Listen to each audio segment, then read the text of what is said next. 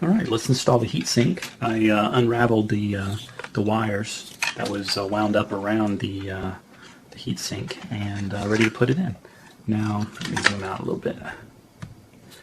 Now you'll see the 4 holes here, and will match up with the 4 here. So you just line it up and push it down.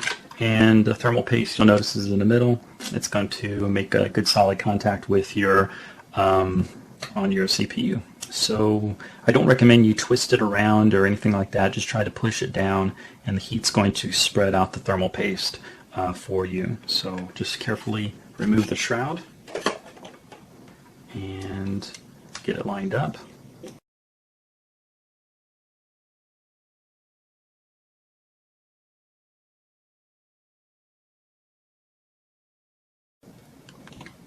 So just kind of push it down and rotate it.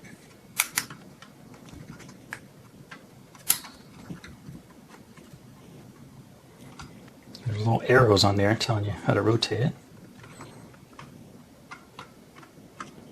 And that's it. It should be locked down. And you can see it coming through the back there. And except this one here is not, so let's get a better look at that.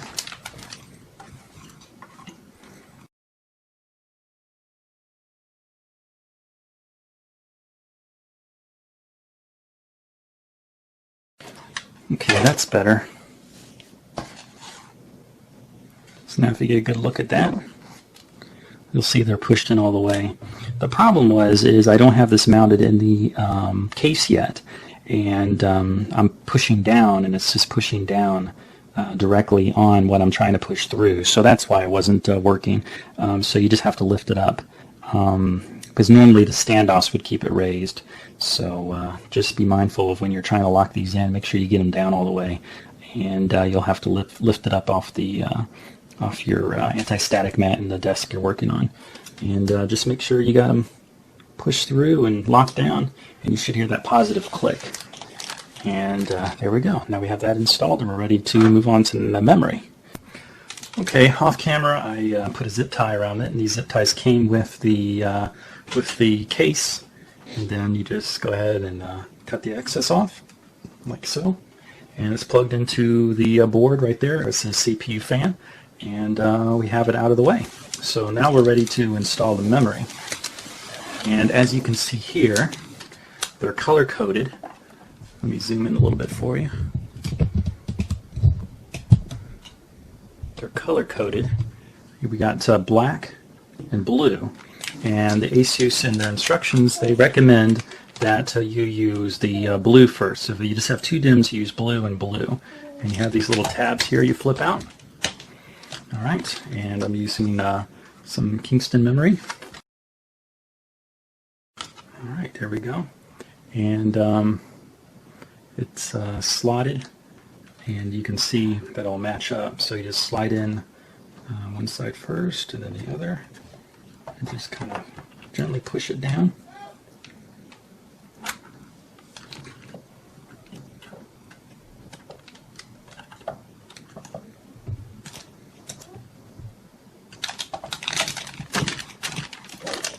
It's kind of confusing because they have this reflection here that kind of makes it look a little bit odd.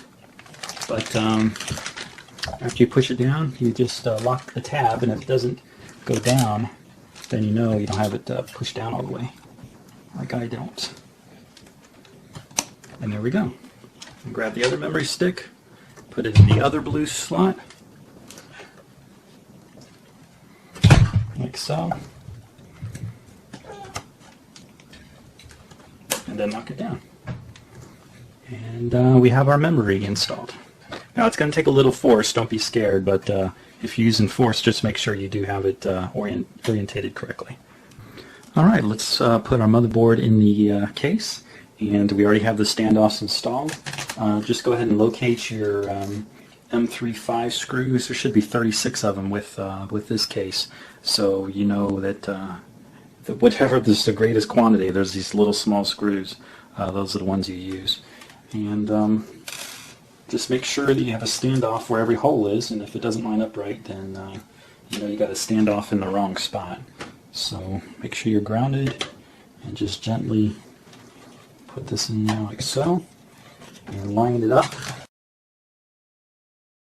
And we have one standoff for every hole. So that's a total of 9 standoffs we counted earlier. And just take your preferably magnetized screwdriver, kind of makes it easier, and just gently tighten it down. You don't have to really crank it. You don't want to really be flexing the board at all. You just want to get it kind of snug, especially when you're first putting it in. You don't want to tighten them all up yet. Just get them in one at a time. Make sure all the holes line up, and then go back later and tighten up a little bit further.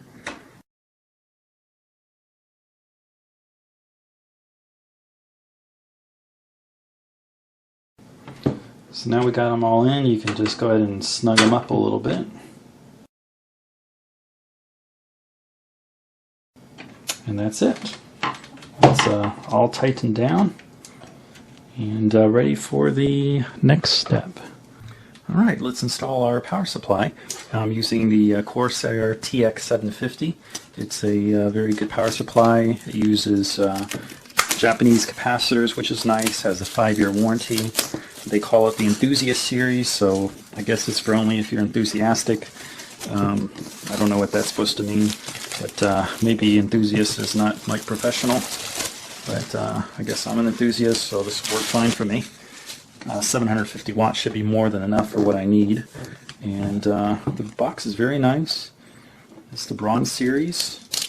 And you know, it doesn't make sense to use a crappy power supply in your nice rig. Smooth power is important, so it's good you get a good quality power supply. So let's get this out of the box. There we go. So far so good. Let's cut this open here.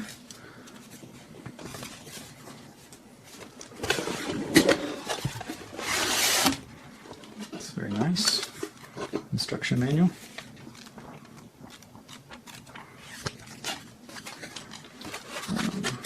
Some foam packaging. Ooh, more zip ties. Power cable. And then there's our wire bundle. And here is the power supply.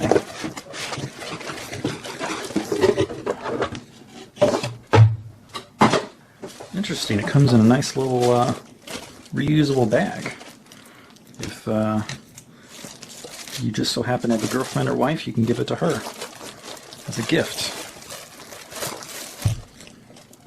I'm sure she won't appreciate it, but I don't know. Maybe you're supposed to pull a rab out of this. I'm not sure what this is for, but it's a nice little touch. A little carry bag to put your knickknacks in when you're going to a LAN party or whatever, or your gold rocks. I don't know what you use that for. So anyway, has some plastic over it, and there it is. Pretty much they haven't changed in years. They still got 4 screws. Well, actually, this has 3 screws. And there's a fan. Oh, it's a nice fan. So let's take this off.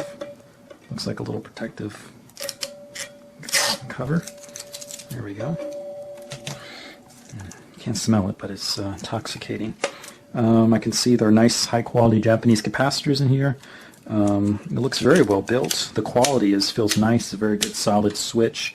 And since we do have an intake port on the bottom, we are going to orientate the power supply so it faces down to suck air from the outside underneath the case. And the feet are high enough, it looks like, to get enough of an air gap there, unless you have really plush carpet. But just kind of lower that down in place.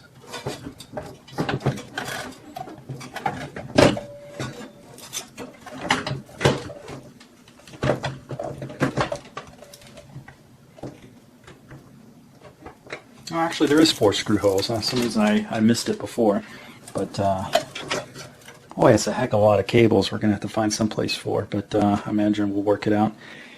And let's see, does it come with, I don't believe, no, maybe it does.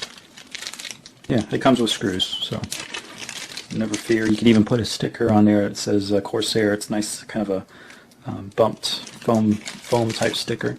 And there's the screws for our case. So let's go ahead and install the power supply to the case.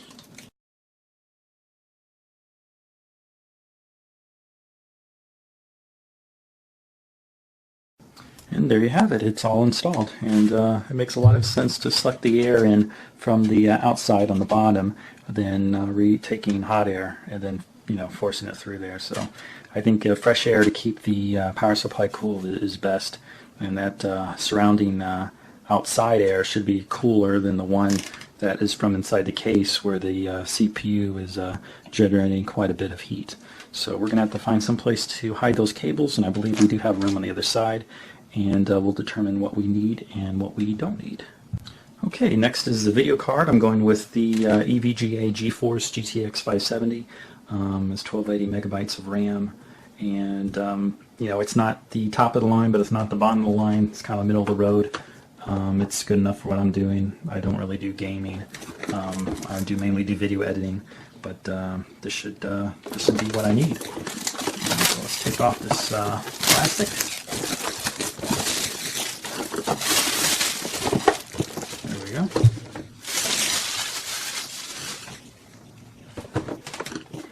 And it shows you there what it's going to look like. And let's go ahead and cut this open.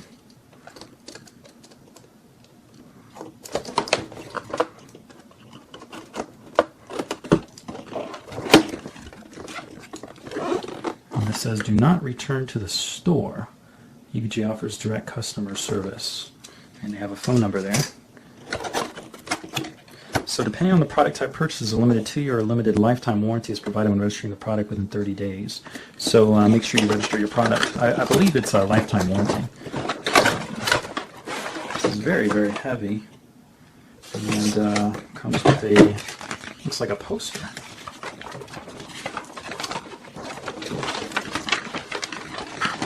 It's a poster. It's a skull and on a Terminator-esque looking body. I'm sorry, the camera's too close, you really can't see it, but it's just a poster. It's nothing special. And of course it comes with a CD, and it comes with a really nice kind of a foam sticker. Of course you can download the latest drivers, so you probably won't need that. Wow, it's a fancy bag for HDMI adapter. And then here is a adapter to go to VGA. And if you're using VGA on a very nice card like this, I think you need to reevaluate your life, because it wouldn't make sense to use a regular VGA monitor with such a nice video card. And it comes with power adapters if your power supply does not have the power connectors required. But of course most modern power supplies do have the proper PCI Express power cable, so you're not going to need that either.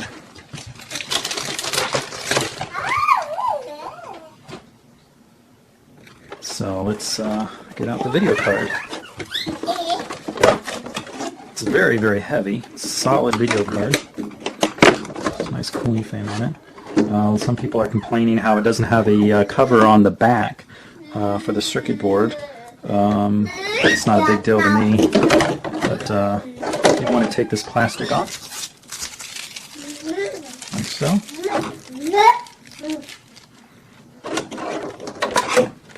There we go. There it is, the GeForce GTX 570. Now the GPU should be mounted on the top full-length 16 PCI Express slot. So you hold the card parallel to the slot, then you carefully push it into place until it locks. And if the rear of the card does not fit, check the fit near the rear slot covers. You may have to either bend the metal slot cover slightly or shift your motherboard a tad if it will not go in. So let's look at this, where it's going to go. We're going to need to remove the cover for it. This is actually a very huge card. Barely fits in here.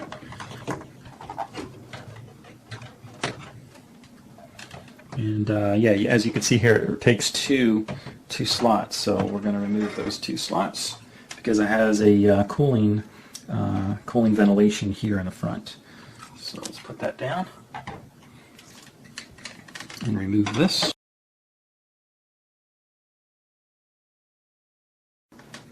Alright, so now let's put the video card in. And you can see the PCI Express power adapters there. And slide it into place.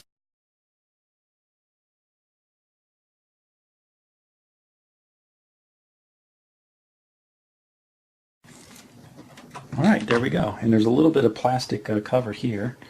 You might want to pull off like so. There's another one here. There we go. So that is the video card, and we're going to need to plug in the power cables for that later. And as you can see, the Corsair power supply gives you the extra option for the 8-pin power connector or the 6-pin, and all we need is two 6-pin connectors, and the 750 watts will be more than enough to handle that. Okay, now it's time to hook up the case's front USB and audio cables to the motherboard. They're marked. The cables are always marked. This one says USB on it. If the camera will focus, but probably not. But anyway, that says USB, and this says HD audio, AC97, and this is for the USB 3.0. And then here we have our power switch, power LED, positive and negative, hard drive LED, and the reset switch. And of course it comes with this, which we can just hook up and then plug it in there. So off camera I'm going to hook all this up and route the cables nicely, and you'll see the result when we're done. Okay, I got all the wires routed. As you can see, try to do everything as neatly as possible. You can see where we orientated the fan, so the connector is on top. And then we have the CD-ROM drive, and then all the wires going down to the video card, and all the front connectors for the LED, reset, power. Those are the extra power cables there. And let's look at the back.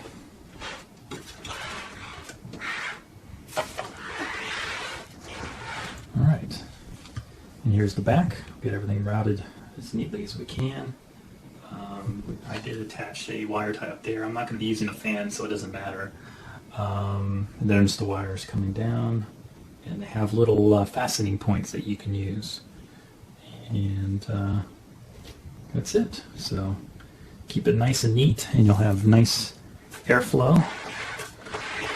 And it's something you can you'd be proud of, and it'll be easier to work on in the future. Now I have it arranged here, so I have the power connector going there for the solid state drive I'm about to show you, and then there's a power connector there for the hard drive that's going to go in at a later time, and then we have the CD-ROM drive. I put that in, and there's an extra power connector there as well for the CD-ROM drive, and looks like we're almost ready to power up. Let's go check out the solid state drive. Alright, here's the solid state drive. I did this so I can get faster boots and just faster drive access for general purpose. So this will let the operating system be on, and then a regular mechanical hard drive would be to store the video, audio files, and things of that nature.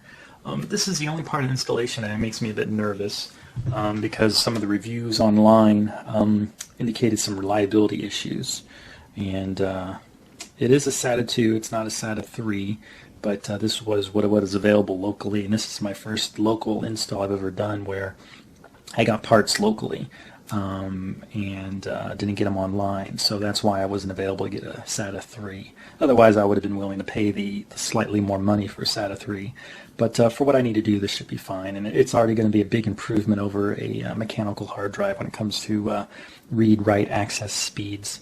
It's 120 gigs, so that should be enough for Windows 7 and Ubuntu and anything else, and then do some video editing on it to increase the speed. But like I said before, there has been some reliability issues that's been indicated online. So make sure you back up your data, because you don't know if it's going to go south on you really quick or not, and you don't want to lose everything. So back up to your mechanical hard drive that you probably will have in there as well, and make sure you keep it backed up. I'm starting to use CrashPlan now.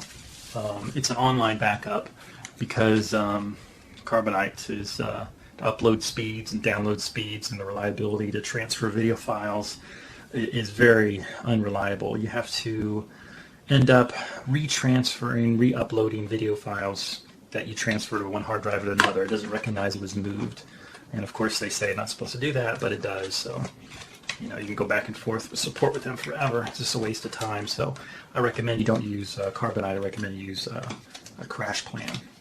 So let's try to get this out. Here is the solid state drive. Okay, that's a bracket adapter, which I don't think we're going to need to use, because it looks like it's going to fit right there. Yeah, it should fit right there. So we're just going to have to take that out and fasten it. So that's our solid state drive. And there's some instructions. And these are screws. Definitely want to hang on to those.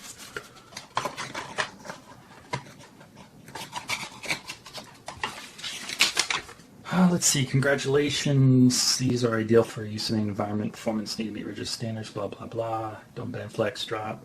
Power for system. Set it to is point-to-point protocol. There's no setting of jumpers for master-slave. The drive comes unformatted. It's possible to format the drive under DOS using standard tools or within Windows environment. Limited warranty.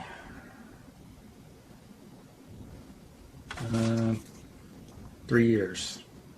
And from what I read online, you're going to need it. So keep your receipt. Let's see. It's a nice little drive bracket. Here's the drive.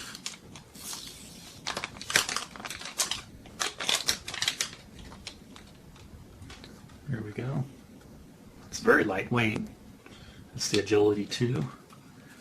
And there's my power connector. And it's going to be orientated like so.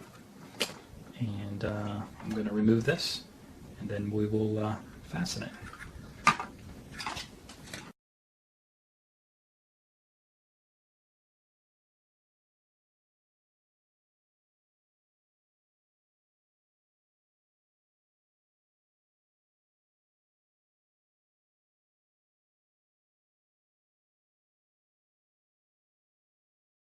Kind of put your power cables back down. Get it nice and neat like it was before.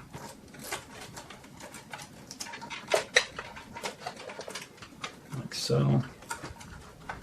And then get your power connector. There's a little right angle going down, so you need to make sure you have that keyed correctly. But if you have it wrong, it just won't go on, so shouldn't have to worry about that. Alright, so now we got power, and there's some cables that came with the motherboard. And these are white. These are SATA 6. They're 6 gigabytes per second. And I don't have anything in here that's that fast, so we'll just use the regular ones. I used that red cable that came with the CD-ROM drive. I'll probably switch to this. This one's nicer. Has a ground on it as well, as you can see. If I can get it to focus. Yeah, see? Looks a little tougher. Has a little ground on it. It's nice. The right angle connector is good. You can just kind of get these screws out of the way.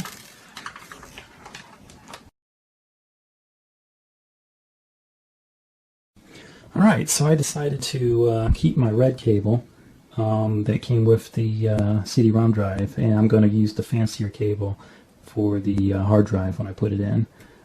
Because CD-ROM drive, you hardly ever use that. At least I don't.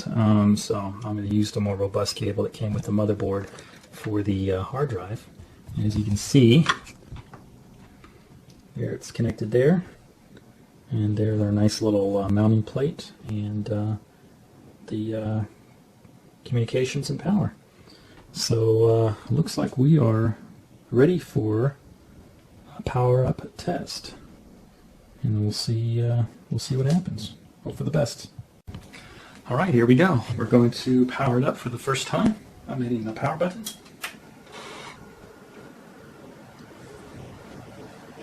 There's a red light on the top.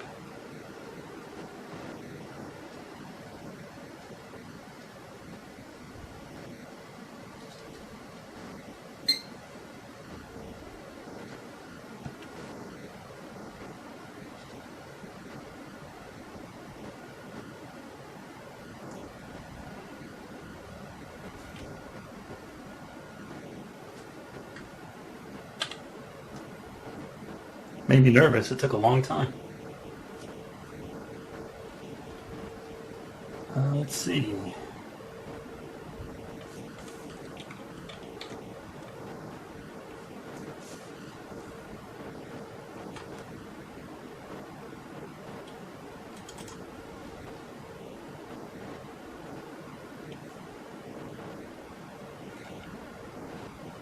Well, we have a mouse moving around.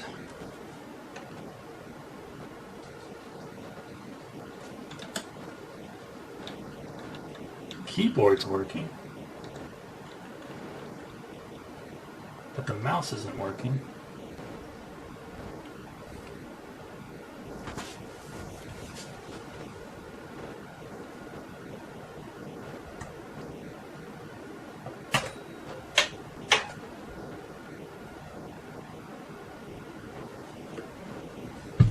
Let me resync the mouse. See if that helps.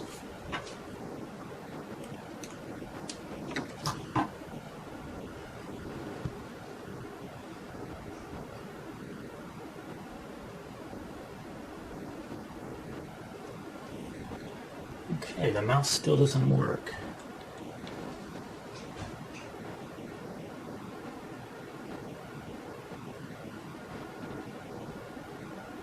So let's try a wired mouse and see what happens. Okay, I read online that I'm not the only one who has the problem with the mouse drifting. Apparently it's an issue with Microsoft wireless devices. So the mouse will drift or won't work at all, and the keyboard is unreliable as well. So now I'm going to power on with a hardwired Dell mouse and hardwired Dell keyboard, because even the keyboard was a little bit unresponsive. So I'm powering on again, and we're going to see if we can navigate in the BIOS seamlessly, unlike before where it was very, very, very choppy. So let's see what happens.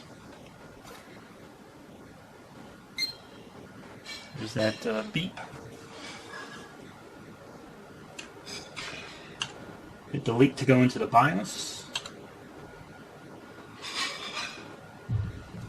And our mouse is working perfect. So if you're using a wireless device and you're having issues with the mouse and the keyboard, just go ahead and hook in a wired device, and then you should be able to navigate correctly. So now I'm going to go play around in here and tweak some settings. Alright, now let's do a test to see how long it takes to boot into Windows. And this is to the login screen. 3, 2, 1. Okay, it's powering on. 5, 6, 7, 8, 9, 10, 11, 12, 13, 14, 15, 16, 17, 18, 19, 20, 21, 22, 23. Okay, we still didn't even get to the BIOS yet. For some reason it does this thing where it turns on and turns off. There might be a BIOS setting to change that, but I didn't figure it out yet. 37, 38, 39. Now we're finally at the BIOS screen. 43, 44, starting Windows. 47, 48, 49, 50. There we go, 53 seconds. We are at the login screen. Not bad.